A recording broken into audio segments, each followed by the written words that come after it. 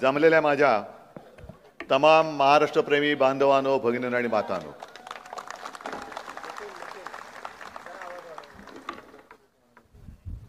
सर्वात आधी मी आपल्याला सर्वांना खास धन्यवाद देतोय, कारण आज तुळशीचं लग्न आहे. संध्याकाळची वेळ झाली तरी सुद्धा तुम्ही केवळ आणि केवळ शिवसेनेच्या प्रेमासाठी आपल्या सभेला आलात. तुम्हाला मी लाख लाख धन्यवाद देतोय. लोकसभा झाली, आता विधानसभा. लोकसभेमध्ये आपण थोडे कमी पडलो आणि साहजिकच आहे की कोकणमधला पराभव हा माझ्या हृदयाला चटका लावून गेलेला आहे. कारण कोकण म्हणजे शिवसेना, शिवसेना म्हणजेच कोकण. हे नातं आजपर्यंत कोणी तोडू शकलेलं नाही आणि मला खात्री आहे की आता सुद्धा कोणी तोडू शकणार नाही. आपलं नातं असं आहे की ज्या वेळेला कधी कोकणावरती संकट आलं तर शिवसेना धावून येते आणि शिवसेनेवरती जेव्हा संकट येतं तेव्हा कोकण मागे ठाम उभा राहतो. आज आपली शिवसेना मोदी आणि शहा संपवायला निघालेत. नाहीतर आजपर्यंत राजकारणात असं कधीच झालं नव्हतं. पक्ष फुटतात, काही माणसं या पक्षात नंतर त्या पक्षात, हे ठीक आहे, राजकारण म्हणून चालू राहतं. पण एवढा नीचपणा हा आजतागायत कोणत्याही राजकीय पक्षाने केला नव्हता. तो कोणी एकेकाळच्या आपल्या मित्रांनी केला. ह्याचं मला जास्त दुःख आहे आणि राग सुद्धा आहे. संपूर्ण महाराष्ट्रामध्ये ज्या वेळेला भाजपा म्हणून काही शिल्लकच नव्हतं तेव्हा शिवसेना प्रमुखांनी, म्हणजे हे भाजपवाले कसे हुशार आहेत, जर तेव्हा आपण ठरवलं असतं, शिवसेना प्रमुखांनी ठरवलं असतं की मला युती नकोच, काय व्हायचं ते एकट्याचं माझं होईल, तर भाजपा आज औषधाला सुद्धा महाराष्ट्रामध्ये दिसला नसतं. एवढी शिवसेनेची ताकद होती आणि आहे. पण आपण थोडंसं काय भूतदया आहे, माणुसकी आहे, भगवा झेंडा, तुमच्या हातात भगवा, आमच्याही हातात भगवा, मग आपलं भगव्याचं नातं आहे, हिंदुत्व आहे, देश आहे, महाराष्ट्र आहे, मग घेतलं त्यांना खांद्यावर. आणि एवढी हे नीच निघाले की स्वतःचं काम झाल्यानंतर वापरून फेकून देत आहेत आपल्याला. मी जिथे जिथे महाराष्ट्रामध्ये जातोय, संपूर्ण महाराष्ट्र फिरतोय. अगदी विदर्भात गेलो, कोकणात तर आज आहे, मध्ये पण येऊन गेलो, उत्तर महाराष्ट्र, मराठवाडा, पश्चिम महाराष्ट्र. लोकसभेला मला काही पत्रकार विचारतात, तुम्हाला काय वाटतं? कालच रात्री 1 वाजेपर्यंत माझी मुलाखत चालू होती, कारण 4 सभा करून मुक्कामी पोहोचायलाच 11:30-12 वाजले होते. तुम्हाला काय वाटतं? आणि मी त्यांना सांगितलं की विधानसभेचं वैशिष्ट्य असं या की साधारणतः लोकसभेला जशी सभा होत होती तशी एका लोकसभेची सभा माझी एका विधानसभेला होते. प्रचंड मोठ्या सभा होत आहेत. म्हणजे मला असं बोलताना जाणवत नाही आता सुद्धा गर्दी कुठपर्यंत गेले. कालची बार्शीची सभा आपण पाहिली असाल, असं स्टेजवरनं काय अंदाजच येत नव्हता. मग त्यांना सांगितलं तर जरा मोबाईलचे टॉर्च लावा आणि ते कळलं, अरे बापरे, कुठपर्यंत गेलेली ही गर्दी. म्हटलं हेच चित्र आहे. ते काय नुसते मोबाईलचे टॉर्च नाही पेटलेत, तर महाराष्ट्राच्या कानाकोपऱ्यात आता मशाली पेटलेल्या आहेत. शिवसेनेची मशाल पेटलेली आहे. आणि मला वैभव, मी आता वैभव अनेक वर्ष सोबत आहे, लहान आहे म्हणून हक्काने त्याला अरे बोलतो. वैभव, मला तुझा अभिमान आहे, कारण तुला सुद्धा 50 काय आणखीन खोके मिळाले असते, पण तू हटला नाहीस, वाकला नाहीस, बदला नाहीस. आणि मुख्य म्हणजे मेंढ्यांप्रमाणे मोदी शहांचा लाचार झाला नाहीस. मला तुझा अभिमान आहे.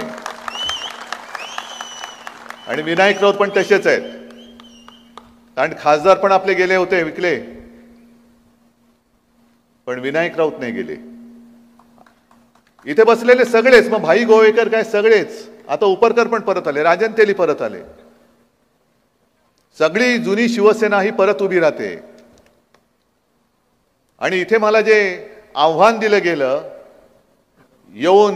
रस्त्याने येऊन जाऊन दाखवा, मी त्यांना सांगतोय नशिबाने दिले, घरी बसून नीट खा, उगाच मध्ये आला तर वेडं वाकडवून खाण्यात काही अर्थ नाहीये. कारण आडवा आला तर आडवच करू, तेवढी ताकद हिंमत ही शिवसेनेत आहेच. पण मुळात प्रश्न हा तुम्हाला आहे. हा नुसता आपला आमदार उमेदवार वैभव त्याचं नाव आहे म्हणून वैभव नाही मी म्हणत. तुम्हाला सगळ्यांना कोकणचं वैभव जपायचं की नाही हा प्रश्न मी तुम्हाला करतोय. तुम्हाला कोकणचं वैभव हवंय की नकोय, का पुन्हा सगळं गुंडापुंडांचं राज्य पाहिजे? मग ती सगळी जुना काळ जो होता, मग कुठून सुरुवात करायची? श्रीधर नाईक, रमेश गोवेकर, सत्यविजय भिसे, अंकुश राणे. मग एखादी टीव्हीची मालिका असते की माणसं काय होतंय कसं होतंय माहित नाही, रमेश गोवेकर गायब, कुठे गेला, हवेत अदृश्य. हत्या होत आहेत, कोणी केल्या माहिती नाही. आणि ती गुंडगिरी, ती दडपशाही, त्यावेळेला वैभव एकटा नडला होता त्यांना. आणि वैभव तुला भेटायला मी दुसऱ्याची त्या तुरुंगात आलो होतो. आपल्या एका सैनिकावरती हल्ला झाला होता, त्याला गोव्याच्या हॉस्पिटलमध्ये ऍडमिट केलं होतं. मग तेव्हाही हॉस्पिटल चांगलं नव्हतं, आता किती चांगलं झालंय कल्पना नाही मला. पण तो काळ असा होता. आणि उपरकर तुम्ही जेव्हा उभे होतात तेव्हा मी 10 दिवस इकडे राहिलो होतो. संपूर्ण मतदारसंघ जो तेव्हाचा होता तो पिंजून काढला होता. आणि तेही दिवस मला आठवत आहेत की मी जिथे जायचो लोक गर्दी करायची, पण गर्दीमध्ये एक व्यक्ती मला येऊन भेटली. मी गाडीत बसलो, तो आला माणूस, तरुण होता. मला म्हणाले, साहेब काय, खास तुमच्या कोकणी भाषेत बोलला तो. तुमच्या ती कोकणाची एक वेगळी गंमत आहे भाषेची, बोलण्याची. आणि त्यांनी मला सांगितलं की आता तुम्ही सगळे आलात ठीक आहे, पण तुम्ही बघितलं ना आमची घरं कशी, एक तिकडे एक तिकडे एक इकडे इकडे सगळं असं विखुरलेलं आहे.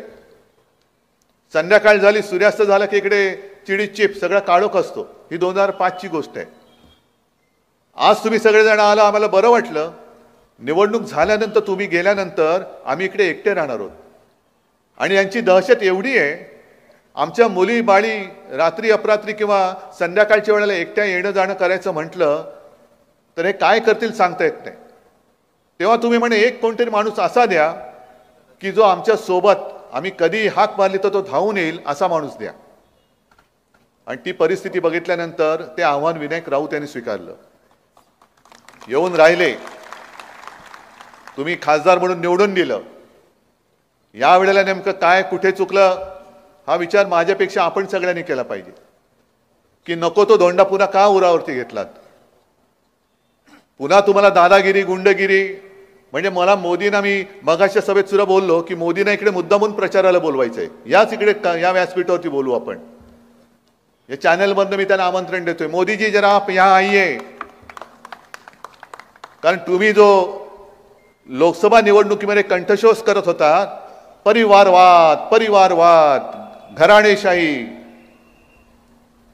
म्हणजे शिवसेना प्रमुखांनंतर शिवसेना प्रमुखांच्या पुत्राने जर शिवसेना, त्यांनी शिवसेना प्रमुखांनी मला दिली, मोदीजी तुमचं काय जातंय, कोण आहात तुम्ही? हा पक्ष हा माझ्या वडिलांनी स्थापन केलाय. तेव्हा तुम्ही कुठे होतात? हिमालयात होतात का विंध्य पर्वतात होतात मला नाही माहिती. पण हा शिवसेना, हा पक्ष, शिवसेनेने जो जन्म घेतला तो मुंबईमध्ये जेव्हा मराठी माणसावरती अन्याय होत होता तेव्हा भूमिपुत्रांना न्याय देण्यासाठी, मराठी माणसांच्या न्याय हक्कासाठी म्हणून शिवसेना प्रमुखांनी ही शिवसेना स्थापन केली. आणि तिचं नेतृत्व जर शिवसैनिकांनी माझ्याकडे दिलं असेल, शिवसेना प्रमुखांनी त्याला संमती दिली असेल, तर तुम्ही चोंबडेपणा करणारे कोण? मग तुम्हाला शिवसेना प्रमुखांची घराणेशाही चालत नाही. परिवारवाद परिवारवाद. मग इकडे तुम्ही जे काही करता आहात, बाप डोक्यावर आणि पोरं खांद्यावर. मग डोक्यावरती बाप बसलाय, या खांद्यावर एक कार्ट, दुसऱ्या खांद्यावर दुसरा कार्ट. इसको क्या कहेंगे? मग तुम्हाला हिंदुत्व मानणारी, तुम्हाला संकटात साथ देणारी शिवसेना आणि शिवसेना प्रमुख, त्या शिवसेना प्रमुखांची घराणेशाही नाही चालत, पण माझ्या कोकणावरती गुंडागर्दी करणारे, जोर जबरदस्ती करणारी घराणेशाही चालते. एवढे तुम्ही खाली उतरलात, मग कशाला तुम्ही बसलात तिकडे? हे आमचं हिंदुत्व नाहीये. मी जसं प्रत्येक सभेत सांगतो तसं याही सभेत सांगतो की मी भाजपला लाथ घातले, हिंदुत्व नाही सोडलं आणि कदापि सोडू शकत नाही, मी सोडणार नाही. आणि परत मी मुद्दामून त्यांना सांगतो, कारण त्यांचं तेच टायर सुरू आहे अजूनही, की काँग्रेस के साथ गए आहेत ना. काँग्रेस माझ्या सोबत आहे, राष्ट्रवादी माझ्या सोबत आहे, अनेक मित्रपक्ष आमच्या सोबत आहे, कारण तुमची हुकुमशाही गाडायला म्हणून आम्ही एकत्र आलेलो आहोत. आम्हाला हुकुमशाही नकोय, आम्हाला शिवशाही पाहिजे, म्हणून आम्ही एकत्र आलेलो आहोत. म्हणजे आम्ही काँग्रेस सोबत गेलो तर लगेच यांनी हिंदुत्व सोडलं. मग मी त्याने जे काय प्रश्न विचारतो, मग तुम्हाला वाटेल उद्धव ठाकरे तुम्ही काय बोलताय, कोकणात आले आणि काश्मीरचं काय बोलताय? मुद्दामून बोलतोय, कारण अमित शहा येत आहेत, आज पण आले होते, नरेंद्र मोदी येत आहेत. काल तर मोदी उतरणार होते सोलापूरला, माझं हेलिकॉप्टर होतं कुठे? औसा. मोदी लँड होत नाही तोपर्यंत तुमचं हेलिकॉप्टर उडणार नाही. अरे वा रे वा. पंतप्रधान म्हणून जर का रुबाब दाखवायचा असेल तर पंतप्रधानांसारखे वागा. जेव्हा तुम्ही पंतप्रधान पदाची शपथ घेतली तेव्हा सर्वांशी सारखं आम्ही वागू ही शपथ तुम्ही घेतली, जशी मी मुख्यमंत्री म्हणून शपथ घेतली होती. आणि माझ्या 2.5 वर्षाच्या काळात मी कोणी सांगावं मी भेदभाव केला आणि भेदभावाने मी वागलो, कोणी सांगावं? कारण ती घटनेची शपथ आहे. जो न्याय मला आहे, जो कायदा मला लागतो, तोच कायदा मोदींना सुद्धा लागला पाहिजे. आणि जर पंतप्रधान तुम्ही असाल तर कोणत्याही एका पक्षाच्या उमेदवाराच्या प्रचाराला देशाचा पंतप्रधान येता कामा नये, हे सुद्धा आता कायदा करायला पाहिजे. कारण जशी तुमच्यासाठी भाड्याने आणलेली माणसं गरीब माणसं होती, त्यांचा काही दोष नाही, ही थांबली होती, तशीच माझ्यासाठी सुद्धा माझी जीवाभावाची माणसं ही थांबतात. आणि जोपर्यंत माझं हेलिकॉप्टर उडत नाही तोपर्यंत कधी, म्हणजे मी परवा 40गावला गेलो होतो, पोहोचेपर्यंत 6:30-7 वाजले. दुपारी 2 वाजल्यापासून लोक बसली होती, तुफान गर्दी होती. 2 वाजल्यापासून बसले उन्हात. मग तुम्ही मला का अडवता? आणि अमित शहांचं मी तुम्हाला जे सांगत होतो की उद्धवजी आप जवाब दीजिए, काय द्यायचा जवाब? की 370 कलम जे काढलं त्याला विरोध करणाऱ्यांबरोबर तुम्ही बसलात. पण अमित शहाजी 370 कलम काढताना शिवसेनेने तुम्हाला पूर्ण पाठिंबा दिला होता आणि त्या काढल्याबद्दल तुमचं कौतुक तेव्हाही केलं होतं, मी आज पण करतो. 370 कलम हे काश्मीरसाठी महत्वाचं आहेच, देशासाठी आहेच. काश्मीर हा आपल्या देशाचा माझ्या देशाचा अविभाज्य भाग आहे, हे मान्यच आहे आम्हाला आणि तो पाहिजेच. पण 370 कलम काढलं ते लोकसभेसाठी ठीक आहे, कोकणामध्ये येऊन तुम्ही त्याचं काय कौतुक सांगताय? मराठवाड्यामध्ये मी फिरलो, विदर्भामध्ये फिरलोय, शेतकरी संतापलेत नुसते, कारण सोयाबीनला भाव नाहीये, कापसाला भाव नाही, डाळीला भाव नाही, काय संपूर्ण वाताहत झालेली आहे. आणि त्या शेतकऱ्याने जे आशेने तुमच्याकडे बघतायत की काहीतरी तुम्ही द्याल, पण तुमची ती आयात निर्यात धोरणं अशी तुम्ही आखता की आता कांद्याचे भाव पडायला लागलेले आहेत. आणि तो तुमच्याकडे बघतोय की माझ्या सोयाबीनला हमी भाव कधी देणार. आज त्या शेतकऱ्यांना माझ्या या चॅनलच्या माध्यमातून सांगतोय, मराठवाडा आणि विदर्भाच्या, की तुम्ही सोयाबीन विकण्याची घाई करू नका. आपलं सरकार येतंय. आपलं सरकार आल्यानंतर मी तुम्हाला वचन देतोय की हमी भावाने शासन तुमचं सोयाबीन खरेदी करेल. पण हे वचन मी देतोय, हे वचन ना मोदी देत, ना अमित शहा देत. मिंदे बिंदे तर सोडूनच त्यांचे चिंध्याच झालेले आहेत. मग 370 कलम काढलं, अहो सोयाबीनच्या हमी भावाचं काय? कापूस खरेदी कधी होणार? अरे मी 370 कलम काढलं ना, दुधाला भाव नाही, 370 कलम काढलं की महिला सुरक्षित नाही, 370 कलम काढलं. काय करायचं इकडे त्या कलमाचं? आमच्याकडे आंब्याची कलम आहेत, बाकी सगळी कलम आहेत. 370 कलम हे काश्मीरसाठी महत्वाचं आहे. आणि मुद्दा म्हणून मी त्यांना सांगतोय की जेव्हा, हे मी परत परत बहुतेक प्रत्येक सभेत सांगतोय, की जेव्हा या देशाला अमित शहा आणि नरेंद्र मोदी या नावाची दोन माणसं या भूतलावरती अस्तित्वात आहे हे कोणालाही माहीत नव्हतं. हा काळ कोणता? जेव्हा काश्मीरमध्ये स्वतःच्या घरात हिंदू पंडितांवरती अत्याचार होत होता, तो काळ आहे. हे मला वाटतं तेव्हा बसले होते व्ही पी सिंगच्या मांडीला मांडी लावून. ना तेव्हा मोदी धावून आले, ना अमित शहा धावून गेले. काश्मीरी पंडित घरदार सोडून देशामध्ये निर्वासितासारखे पसरत होते, लोंडेच्या लोंडे इकडे तिकडे जात होते. मग तो नटसम्राट मधला तो डायलॉग आहे ना, कोणी घर देता का घर, ही अवस्था आपल्याच देशात त्या काश्मीरी पंडितांची झाली होती. आणि तेव्हा फक्त आणि फक्त हिंदू हृदय सम्राट शिवसेना प्रमुख बाळासाहेब ठाकरे यांनी त्यांना महाराष्ट्रामध्ये घर दिलं होतं.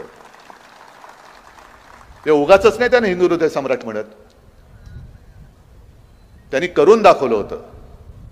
आणि हातामध्ये काय फक्त एक महाराष्ट्र होता, नक्कीच होता, पण बाकीची राज्य हे कोणी त्यांना तिकडे बोलवत नव्हती. ना भाजपवाले बोलवत होते, ना आणखीन कोणी. फक्त शिवसेना प्रमुखांनी सांगितलं की माझ्या महाराष्ट्रामध्ये या. त्यांना शाळा कॉलेजमध्ये कुठे ऍडमिशन असेल त्या दिल्या, घराची सोय केली. म्हणून आज सुद्धा मी कुठेही गेलो आणि कोणी काश्मीरी पंडित भेटला तर मला, एक तर वयाने मोठे असतील तर मला मिठी मारतात, आणि माझ्याहून वयाने लहान असलं तर सरळ माझ्या पाया पडतात की हम बाला साहब से नहीं मिल सके, लेकिन आपके रूप में हम बाला साहब को देखते हैं. आणि याला तुम्ही घराणेशाही म्हणता. ती घराणेशाही तुम्हाला मान्य नाही. आणि चोर दरोडेखोरांची, लोकांच्या जमिनी बळकवण्याची, धमक्या देण्याची, इकडे घुसून मारीन तिकडे घुसून मारीन, याला तुम्ही डोक्यावरती घेता.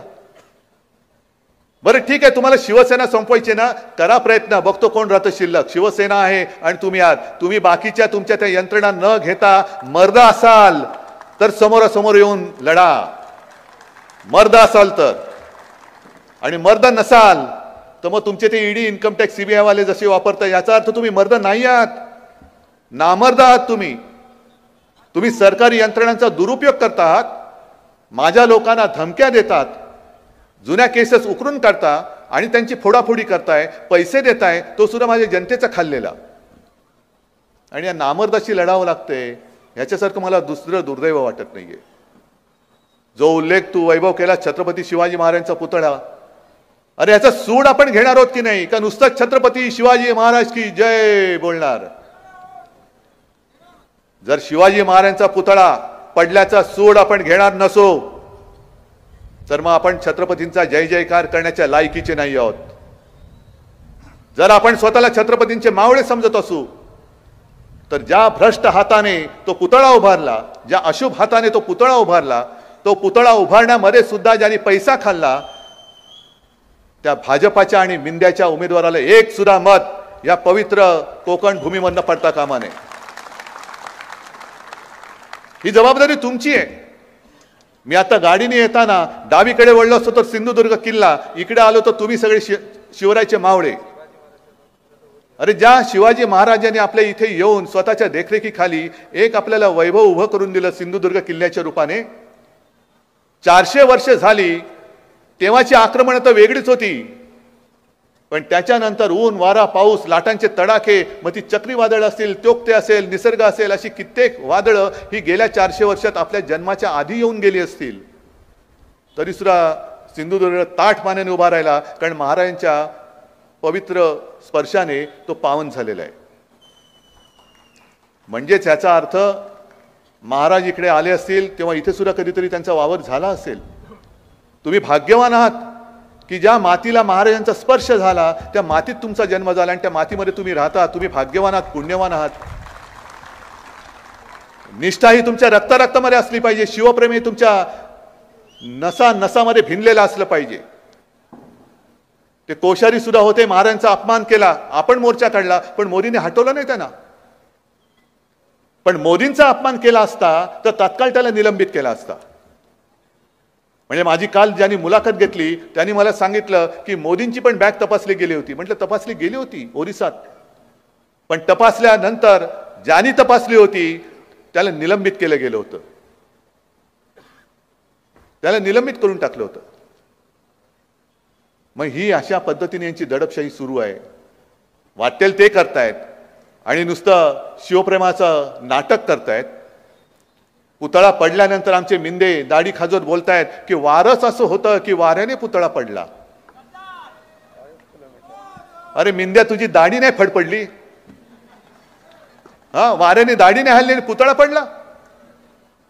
काय लाज लज्जा शरम काय आहे की नाही? आणि आज सावंतवाडीतून मी आलो. सावंतवाडी मधले दुसरे ते आपले खाली मुंडी पाताळ ढुंडी, नजर त्यांची कोल्ह्याची आहे. बघा तुम्ही, असे करून बघतात, बोलतात.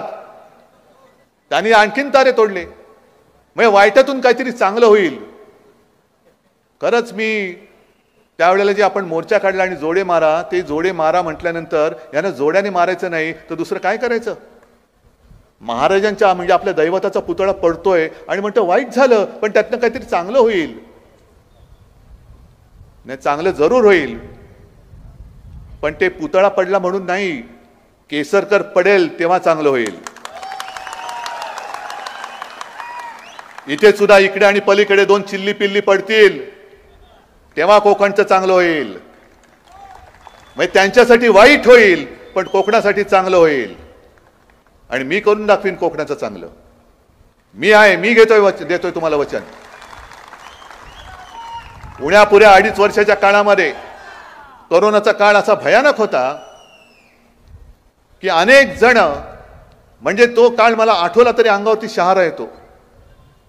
रात्री अपरात्री कधी मुख्य सचिवांचा फोन वाजला की बापरे भयानक काय होतंय आणि काय नाही. एकदा तर सकाळी मुंबई महापालिका आयुक्तांचा फोन आला आणि अक्षरशः ते फोनवरती रडायचं बाकी होते. म्हटलं काय झालं? कारण मला माहिती मिळालेली होती. म्हणाले साहेब कालची रात्र ही काळरात्र होती. म्हटलं काय झालं? ते म्हणाले आपल्याकडे अचानक मला कळलं की एका हॉस्पिटलमध्ये साधारणतः 150 रुग्ण आहेत आणि ऑक्सिजनचा पुरवठा संपत आला. मग काय? म्हटलं करायचं काय? ते म्हणाले एवढी आपली तारांबळ उडाली. सुदैवाने आजूबाजूच्या हॉस्पिटलमध्ये सोय होती, कारण बेड तुडुंब भरलेले होते. सगळेच्या सगळे रुग्ण आपण कोणी न दगावता आपण हलवू शकलो. आता ते सुरक्षित आहे. नाही तर कालची रात्र ही फार वाईट रात्र होती. हे कोणाला तेव्हा मिंदेला माहिती पण नाही. झोपला असेल किंवा बसला असेल त्या देवेंद्र बरोबर गुटरगू करत. ही सगळी रात्री अपरात्री आपल्या शासकीय यंत्रणेने काम केलं. तुम्ही सगळ्यांनी सहकार्य केलं. आणि आता हे टिकोजीराव गद्दारी करून तिकडे गेलेत आणि म्हणतात 2.5 वर्षात तुम्ही काय केलं? अरे नसतं केलं तर तू वाचला नसतास. वाचलाच नसता तू. आणि अजूनही सुधरत नाहीये. आरोग्य व्यवस्था त्या आणीबाणीच्या काळात सुद्धा, आणीबाणी म्हणजे कोरोनाची जी आपण वाढवली होती, एका गोष्टीचं मला नक्की समाधान आहे की जगामध्ये चीननी 15 दिवसामध्ये फील्ड हॉस्पिटल उभं करून दाखवलं. आणि त्याच्यानंतर अख्ख्या जगामध्ये आपली मुंबई असेल जिनी 15 ते 17 दिवसात दुसरं फील्ड हॉस्पिटल उभं करून दाखवलं. म्हणजे आपण कुठेही कमी पडलो नाही. परदेशामध्ये कोणी नंतर काय केलं असेल माझ्या तरी ऐकूयात नाहीये, पण महाराष्ट्राच्या बाहेर दुसऱ्या राज्याने, एकाही राज्याने फील्ड हॉस्पिटल आपण जसं केलं होतं बीकेसी मध्ये आणि इतरत्र तसं उभं केल्याचं मी सुद्धा ऐकलं नाही किंवा वाचलेलं नाहीये. आपण टास्क फोर्स नेमला. कुठे ऑक्सिजन कमी पडू दिले नाही, औषधं कुठे कमी पडू दिली नाही, डॉक्टरांची कुठे हेळसांड होऊन दिली नाही. आणि करोनाचं संकट सगळं फोफावलं असताना गुजरातमध्ये आणि उत्तर प्रदेशमध्ये अजूनही ते फोटो तुम्हाला मिळतील, सार्वजनिक चिता पेटल्या होत्या. भयानक होतं दृश्य.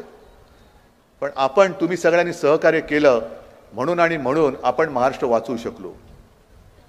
महाराष्ट्र वाचवला म्हणजे तेव्हा जे काही सर्वे येत होते, उद्धव ठाकरे नंबर 1 मुख्यमंत्री.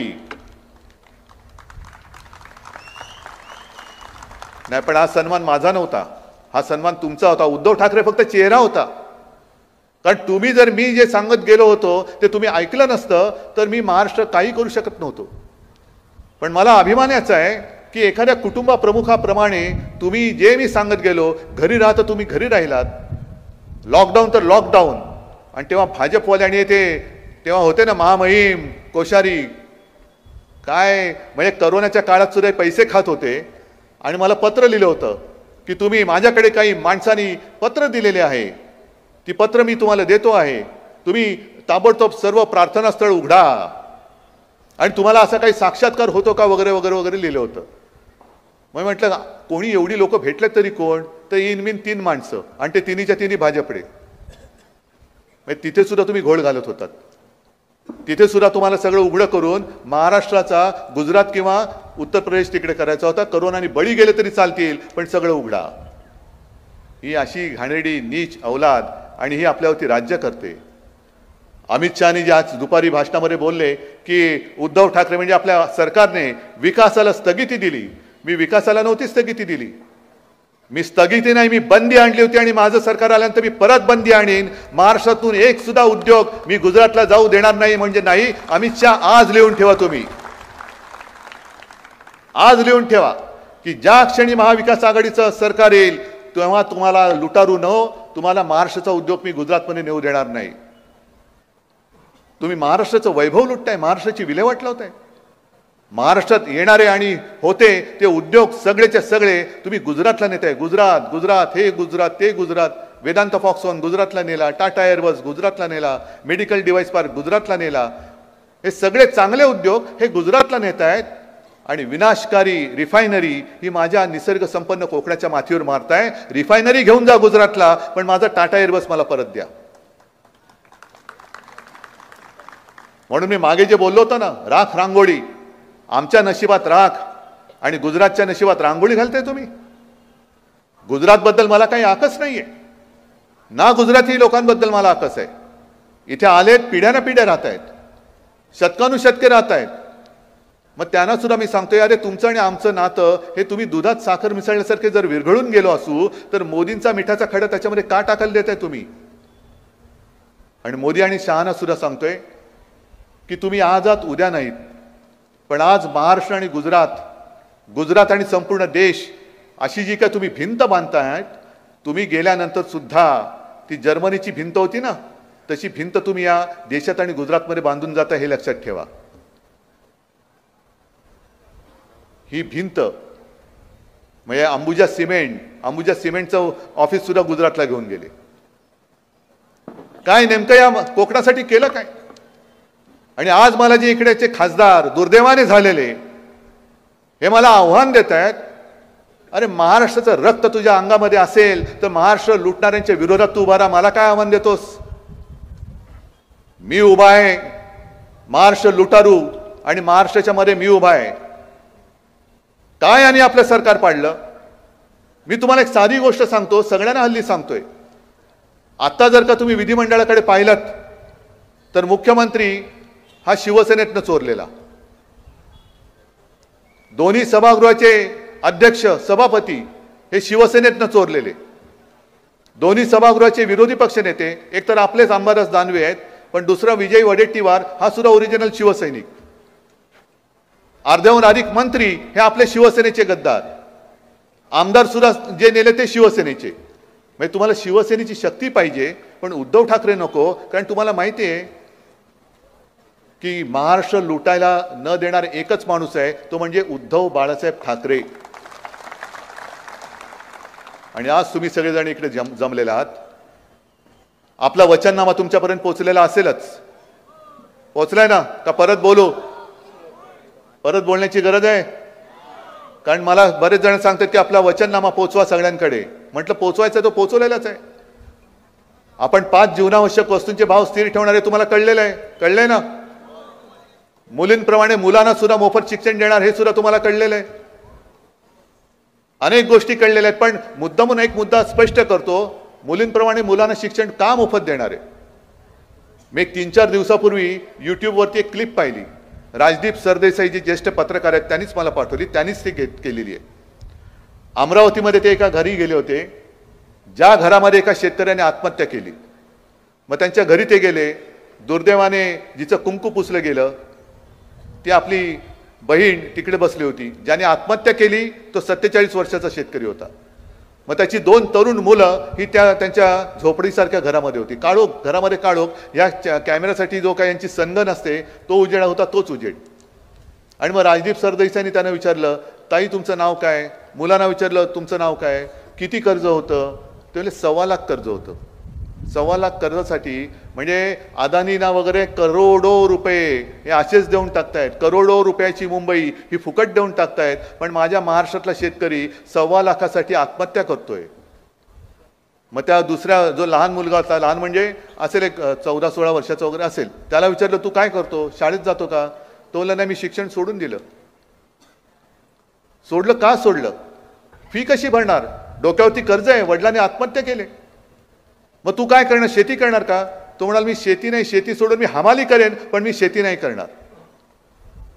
म्हणजे मुलांना शिकायचं आहे पण फी भरता येत नाही म्हणून मुलं शिकत नाही. आणि आम्ही 370 कलम काढलं ना, आम्ही राम मंदिर बांधलं जे गळतंय. उद्धवजी राम मंदिर कब जाएंगे? मी त्यांना म्हटलं ते गळायचं बंद होईल तेव्हा मी जाईन. पण पैसे नाहीत म्हणून मुलं शिक्षण सोडताय आणि तुम्ही फक्त 1500 रुपयावरती या आमच्या माता भगिनींची थट्टा करताय. 1500 रुपयामध्ये मुलाची फी भरू शकतात का? डोक्यावरचं कर्ज फिटू शकतं का? घरदार चालू शकतं का? आज मराठवाड्यात आणि विदर्भामध्ये अशी परिस्थिती आहे की मुलांची लग्न होत नाही, कोण मुली द्यायला तयार नाही, कारण शेतकऱ्याला कोण मुलगीच देत नाहीये. आपला अन्नदाता, अख्खं जग ज्याच्यासाठी चालतं, 2 घासासाठी जग चालतं आणि तो 2 घास देणारा तडफडतोय, मरतोय. म्हणजे तो आपल्याला जगवतो पण आपण त्याला जगू शकत नाही. काय कोणता कारभार चाललाय? कशासाठी मोदीजी तुम्हाला मत द्यायचं, कशासाठी मिंद्याला मत द्यायचं, कशासाठी फडणवीसला द्यायचं, कशाला अजित पवारांना द्यायचं? हे खोके घेऊन बसलेत, खोकेच्या खोके बोके नुसते माजलेत. आणि म्हणून मी तुमच्याकडे आलेलो आहे, हक्काने तुमच्यासाठी आलेलो आहे की आज केवळ शिवसेना अडचणीत नाहीये, आज तुम्ही सुद्धा अडचणीत आहात. आज आपला महाराष्ट्र अडचणीत आहे. म्हणून मला तुमची मदत पाहिजे, म्हणून मला तुमचे आशीर्वाद पाहिजे, म्हणून मला तुमची साथ पाहिजे. आणि मी तुमच्या दरबारात हक्क मागायला आलेलो आहे, हक्काने न्याय मागायला आलेलो आहे, आशीर्वाद मागायला आलेलो आहे. हा वैभव नुसता वैभव नाही, वैभवच्या बरोबर मी उभा आहे. पलीकडे राजन तेली सोबत मी आहे, तिकडे संदेश सोबत मी उभा आहे. सगळीकडे संपूर्ण कोकण राजन आहे, बाळमाने आहेत, सगळीकडेच. हे मत हे केवळ एका उमेदवाराला नाही, हे मत तुमच्या भविष्याला देताय तुम्ही. आणि म्हणून मी एवढंच सांगतोय की कोकणचं वैभव कायम राखायचं असेल तर तुम्हाला भगव्याशिवाय आणि मशालीशिवाय दुसरा पर्याय नाही. आणि जर का लोकसभेत चुकलात, म्हणजे तुम्ही नसाल चुकला, मी एक सांगतोय, तसं आत्ता चुकलात तर मग गुंडागर्दी एवढी वाढेल की दोन्ही पोरं खांद्यावर आणि बाप डोक्यावर घेऊन त्यांची लाचारी करण्याचं जीवन तुम्हाला जगावं लागेल. त्याच करता मी परत सांगेन की छत्रपतींच्या परस्पर्शाने पावन झालेला हा परिसर आहे. नक्कीच छत्रपती इकडे आले होते आणि त्यांनी हा किल्ला बांधला. तर त्या मातीची शपथ घेऊन जसा वैभव इमानाने राहिला तसंच तुम्ही भगव्याच्या पाठी, मशालेच्या पाठी इमानाने राहाल असा विश्वास व्यक्त करतो. सगळ्यांना शुभेच्छा देतो आणि आपली रजा घेतो. जय हिंद, जय महाराष्ट्र.